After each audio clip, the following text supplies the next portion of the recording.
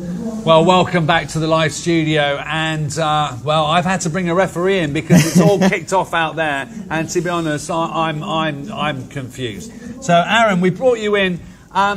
We saw there you helping out on the table because the NTEX robot just stopped, and they were, and so you tell us what happened. So they started running their program. They did one successful run or semi-successful, and it came back, and they ran their next program. And it got stuck, and so they went to exit the program to retry it, and the button physically wouldn't push. And so we're standing there like, you know, what can we do? And it would not exit.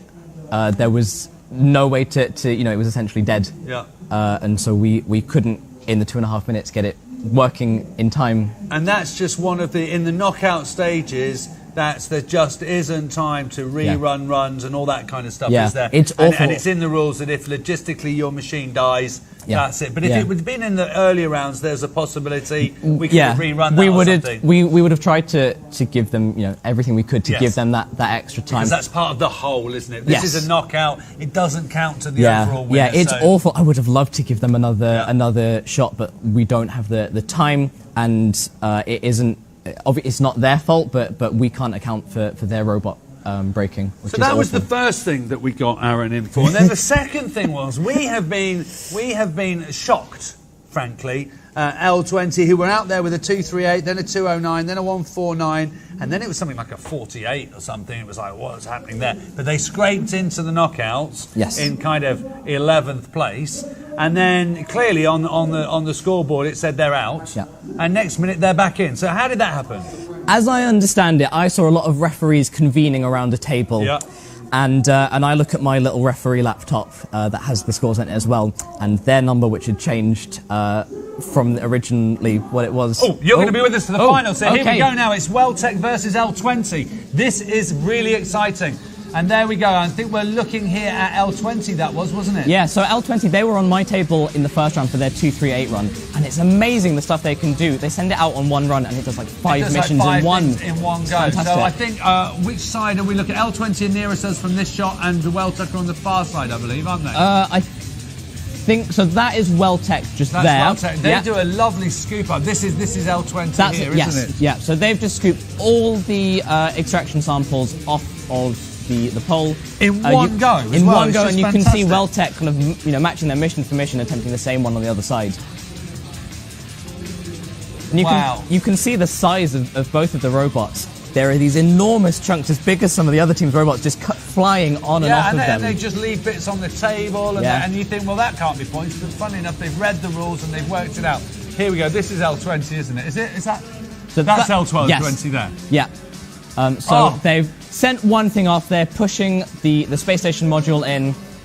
They're going to go for the astronaut, I think. Wow. That is Weltec. That's Weltec. Oh, they've dropped it again. That's a shame. But they've got that bit down. So they've got two of them. They've got two down. Yeah. I mean, we were saying about the size of some of their attachments. You look at the board afterwards, and it's like a construction site. It's ridiculous. Yeah. But it's so efficient. It's a very, very different mindset and way of building it, isn't it? From building a little agile thing to something like a monster like this. This is reminiscent of the Beast back in the day, isn't it? But it varies year on year. Some years, the little agile ones are fantastic, and they work so much better. So you can see on the far side, attempting the escape velocity with this hulking great weight to push it up. And it's straight up there. They've got that. That's gone in. And then they've left that attachment behind. I love the way they just leave the attachment. Yeah, we'll leave that Don't need it anymore. Why bring it back? I don't need it. You know, this isn't good. This isn't good for the outer space with all this debris floating around. No, you know? there's definitely some environmental issues I would raise a few questions about. So here it goes now again, and so that one's on its way, hopefully to deliver the satellites. Oh, and we can see 10 seconds left. Oh, and it's doing a bit of aerobic exercise so there. it's sitting there with the satellites above the area, so those will count if they've got it in the right place, and trying to get the aerobics as far as it can in the last few seconds.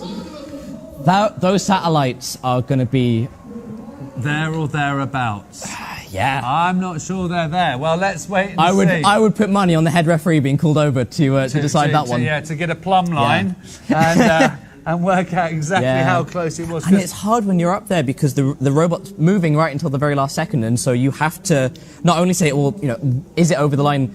was it over the line at the exact moment that the round ended? And it's so important to them. It is. It's important to everybody because this is down to the last two there. Yes. So, and they only run once, don't they? Yeah. So that's it. That's all the robot rounds done now. We've seen that now, so we'll just have to wait for these scores to come in. Yeah. So, and I can't believe really that we got it so wrong. L20 were out. Next minute they're in. There was a big referee inquiry. They all gathered round and went, oh, actually, we've missed off some points here. Whoosh, they jumped up the board, back in, and there they are in the final. But to be fair, a 238, a 209 are the two best scores of the day. Yes. And for them not to have got into the semi-final would have been sad. Yeah, it would have. They were incredibly hard working on their robot. But I think it shows one of the things, I'm refereeing today, but I do a bit of judging sometimes as well. And I think the most impressive thing is the consistency. So as you're saying, you've got 238 on one round and jumps down to 70 something. 40, was it 40? 50s, yeah. And you can have the most impressive robot in the world, and it is. But one thing that's even harder than that is getting consistent. If you can get 100, 120, 110, to me that's so much harder. Every time. And there were teams there that were getting the 130, 120, 140. And that's impressive. Yeah. And that will show in their robot design, in their judging session today. Absolutely, yeah. And it will also, that could mean that a team like that can win overall. Yes, absolutely. Because if they've done a good project and a good core values and a good presentation, then actually they can win. I've been in those deliberations rooms. If we're looking at, and we've got a team that's, all right, they did great in project and core values and robot design, and we look at their robot scores, and it's consistent across the board, it's like solid scores. You go, oh, easy. Yeah. That's your champion right there. Yeah, exactly. Yeah, a 120, a 120, 120. Oh, that's good. Yeah. But if it's a 40, 40, 40, 40, that's not good. And if it's a 238 and a 40 and a 78... That's when it's the hardest to decide. Exactly. They've done amazing. They've done rubbish. They've done all right. That's hard work, yeah? Yeah. And you don't add them together and divide by 3. That's not how it is. No, only their best one counts. And so that's partly because as hard as you can try for consistency, working with LEGO Mindstorms is really hard, and sometimes things just go wrong. Yeah. And so the whole competition is set up so that you have 3 tries, you can show off what you've been doing, and fingers crossed, one of them is going to go as well to perfect as you can get. Yeah, brilliant. Brilliant. So have we got the scores in yet? Anything coming through at the moment? Still waiting on the scores. There's obviously a lot of debris on the mats, and they're still trying they're trying to count up how many bits of soil sample have been left on the mat, and how many red chips the referees have thrown on there.